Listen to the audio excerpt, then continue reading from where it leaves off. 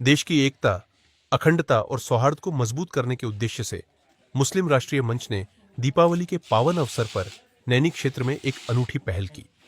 मंच के समर्पित कार्यकर्ताओं ने मुस्लिम समुदाय के घरों तक पहुंचकर न केवल दीप वितरित किए, बल्कि अखंड भारत एकता में ही शक्ति है के मार्मिक संदेश को भी जन जन तक पहुंचाया। यह आयोजन उन धारणाओं को तोड़ने का एक प्रयास था जो धार्मिक मतभेदों को बढ़ावा देती है और इसके बजाय सामान्य राष्ट्रीय पहचान पर जोर देती है। कार्यक्रम के बारे में विस्तार से बताते हुए फरीद साबरी ने कहा, यह सच है कि हिंदू और मुस्लिम समुदाय की पूजा पद्धति, रीति रिवाज और परंपराएं अलग अलग है, लेकिन हमारा मूल उद्देश्य एक ही है, राष्ट्रवाद को बढ़ावा देना और देश भर में अखंडता की भावना को बनाए रखना। उन्होंने इस बात पर जोर दिया कि भारत में रहने वाला प्रत्येक नागरिक, चाहे उसका धर्म कुछ भी हो, सबसे पहले एक भारतीय है। इसलिए यह हम सभी का परम कर्तव्य है कि हम एक दूसरे के धर्मों, परंपराओं और त्योहारों का खुले दिल से सम्मान करें। फरीद साबरी ने आगे कहा कि आपसी सौहार्द ही वास्तव में इस राष्ट्र की सबसे बड़ी ताकत है।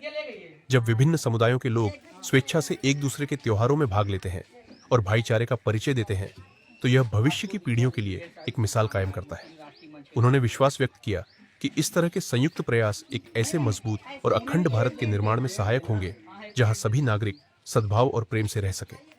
इस महत्वपूर्ण कार्यक्रम की सफलता में रूबी अंसारी, अजमत अली, मोहम्मद मामून, शाहनवाज सहित कई अन्य गणमान्य समाज सेवियों और मंच के कार्यकर्ताओं ने सक्रिय रूप से भाग लिया।